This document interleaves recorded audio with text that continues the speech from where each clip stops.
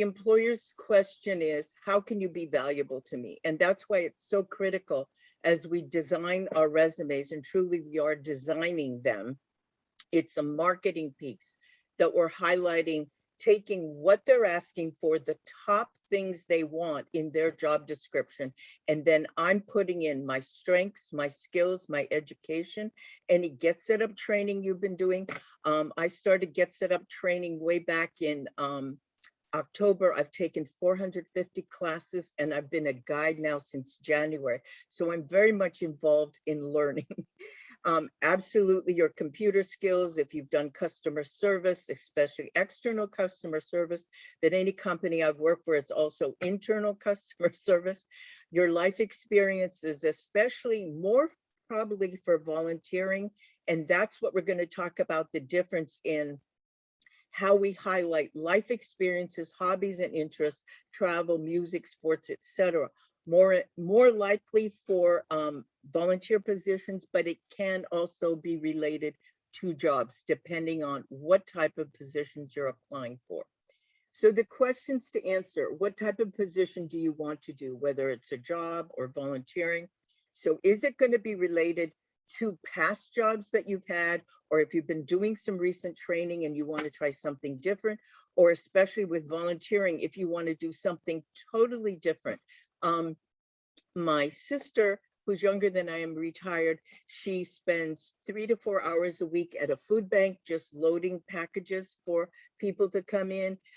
She works now at an animal shelter where she just works with the cats for 3 or 4 hours, making sure they're taken care of, getting them fed, etc. And she also works for Habitat volunteers. These are all volunteer positions. Volunteers at Habitat for Humanity, unpacking donations and getting them on shelves. So again, if it's something that's, and she worked in an office that was more of an executive assistant. So she's doing something, things that are totally different. What are your transferable skills from your work experience, your volunteer experience, education, and hobbies? The transferable skills are really key for both jobs and volunteering, to express to the employer what you're bringing to them that's related to their job and also to their company.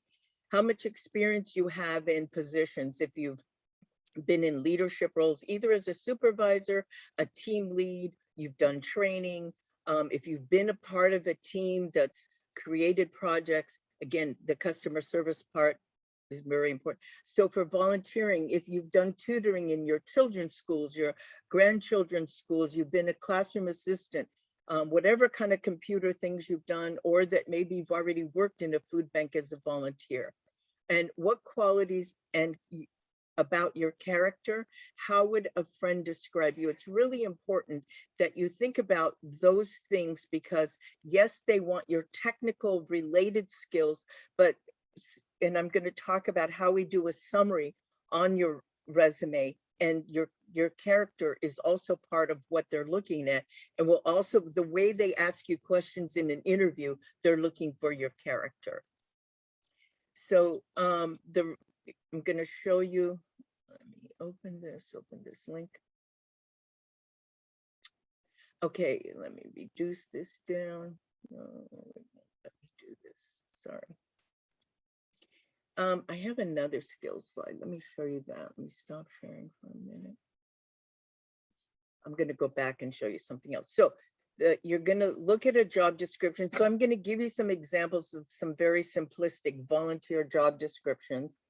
And the key is usually at the top of the job description, either as they're describing the job or as they're listing the skills, that's where you're going to decide which skills you address first. It's finding their skill keywords.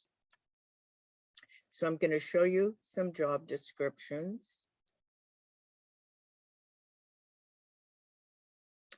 Here we go. I got to stop and bring these in 1 second.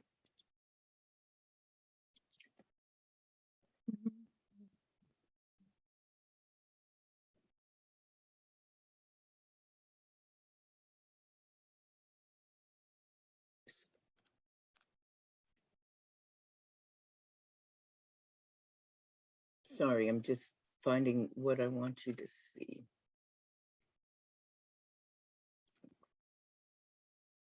Okay. So this is a volunteer job description. This was easier to do these because they're very simple. So this is what they're looking for. Someone 55 year or older, retired, and they're looking for someone to help students one-to-one in small groups online, provide encouragement, guidance, emotional support.